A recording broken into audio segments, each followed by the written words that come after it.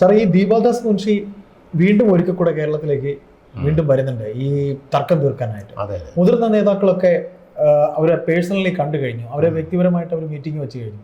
Sir, അവരെന്തോ ഒരു വെടി അല്ലെങ്കിൽ ഒരു മരുന്ന് എന്തോ അവർ കരുതിയിട്ടുള്ളത് പോലെയാണ് നമുക്ക് തോന്നുന്നത്. സാറിന് എന്താ തോന്നുന്നത്? എൻ്റെ ചില അന്വേഷണത്തിൽ എനിക്ക് മനസ്സിലായ ചില കാര്യങ്ങളുണ്ട്. ഒന്ന്, കേരളത്തിലെ അതിശക്തമായ ഗ്രൂപ്പ് രാഷ്ട്രീയം വീണ്ടും തീവ്രതയോടെ രംഗത്ത് വന്നിരിക്കുകയാണ്. ഇപ്പോൾ പ്രതിപക്ഷ നേതാവിനെയും KPCC പ്രസിഡൻറ്റിനെയും ഒക്കെ മാറ്റണം എന്ന ആവശ്യം കോൺഗ്രസ് നേതൃത്വത്തിൽ നിന്ന് തന്നെ ഉയർന്നു വന്നിരിക്കുന്നു. അനേകം മുഖ്യമന്ത്രി സ്ഥാനാർത്ഥികൾ തലപൊക്കിയിരിക്കുന്നു. ഇന്നത്തെ നിലയിൽ 1/2 ഡസൻ മുഖ്യമന്ത്രി സ്ഥാനാർത്ഥികൾ നിശബ്ദരായും ശബ്ദത്തോടെയും രംഗത്തുണ്ട്. അവരൊക്കെ അവരുടേതായ തന്ത്രങ്ങൾ രഹസ്യമായി മെനഞ്ഞുകൊണ്ടിരിക്കുകയാണ്. ഈ കഴിഞ്ഞ തിങ്കളാഴ്ച രാഷ്ട്രീയകാര്യ സമിതി യോഗത്തിൽ ദീപാദാസ് മുൻഷി നേതാക്കളുമായിട്ട് ആശയവിനിമയം നടത്തിയപ്പോൾ അവർക്ക് കേരളത്തിലെ ഒരു പൊതു തെരഞ്ഞെടുപ്പിനെ നേരിടാനുള്ള ഐക്യം പാർട്ടിക്കില്ല എന്ന് വ്യക്തമായി ബോധ്യപ്പെട്ടതുകൊണ്ട് അവർ തിരിച്ച് കൽക്കട്ടയിൽ പോയി ഡൽഹിയിലുള്ള നേതാക്കളെയും മറ്റ് കോൺഗ്രസ് നേതാക്കളെയുമായിട്ട് നേരിട്ടും അല്ലാതെയും ആശയവിനിമയം നടത്തിയിട്ടാണ് വീണ്ടും തിരിച്ച് കേരളത്തിലേക്ക് വന്നിരിക്കുന്നത്. കേരളത്തിലേക്ക് വന്ന അവർ ചില ടോപ്പ് ലീഡേഴ്സുമായിട്ട് അവരുടെ ഉള്ളിലുള്ള ചില കാര്യങ്ങൾ പങ്കുവയ്ക്കുകയുണ്ടായി. അതിലവർ പറയുന്നത്, കേരളത്തിൽ ഇത്തരം ഗ്രൂപ്പ് രാഷ്ട്രീയം തുടരുകയാണെങ്കിൽ, ഇത് അനിയന്ത്രിതമായി ഇങ്ങനെ വളരുകയാണെങ്കിൽ അവർ ഒരു മരുന്ന് കയ്യിൽ വെച്ചിട്ടുണ്ട്.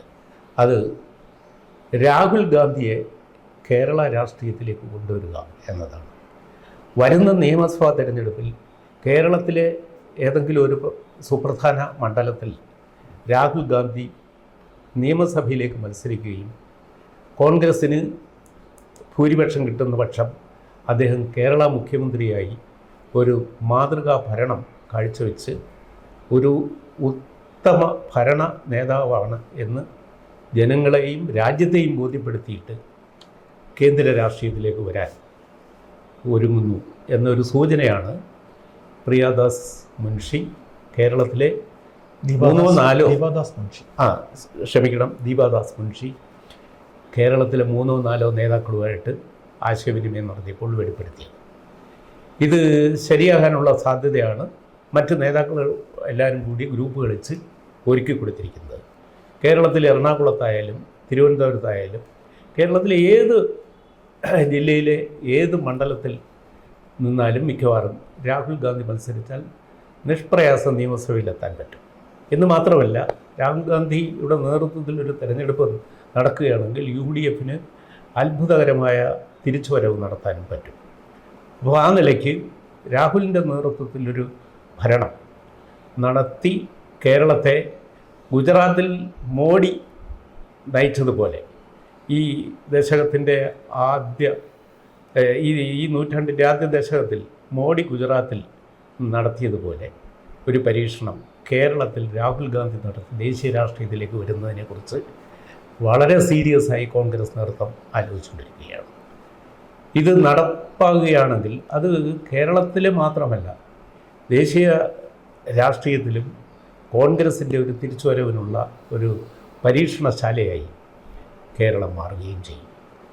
രാഹുൽ ഗാന്ധിക്ക് കേരളത്തിൽ വേറെ താല്പര്യങ്ങളൊന്നുമില്ല, ജാതിമത താല്പര്യങ്ങളില്ല. ഭരണത്തിൽ ഒരു മികവ് കാണിക്കുവാൻ ഒരു നല്ല ടീമിനെ മുന്നിൽ വെച്ചുകൊണ്ട് അദ്ദേഹത്തിന് ഉത്തമമായ ഒരു ഭരണം കേരളത്തിൽ കാഴ്ചവെക്കാൻ പറ്റുകയും മാതൃകാ സംസ്ഥാനമായി മോഡിയുടെ നേതൃത്വത്തിൽ ഗുജറാത്ത് എത്തിച്ചതുപോലെ കേരളത്തെ രാഹുൽ ഗാന്ധിക്കും വികസന പാതയിൽ ഒരു പുതിയ പരീക്ഷണം നടത്തി മുന്നിൽ കൊണ്ടുവന്നെത്തിക്കുകയും ചെയ്യാം.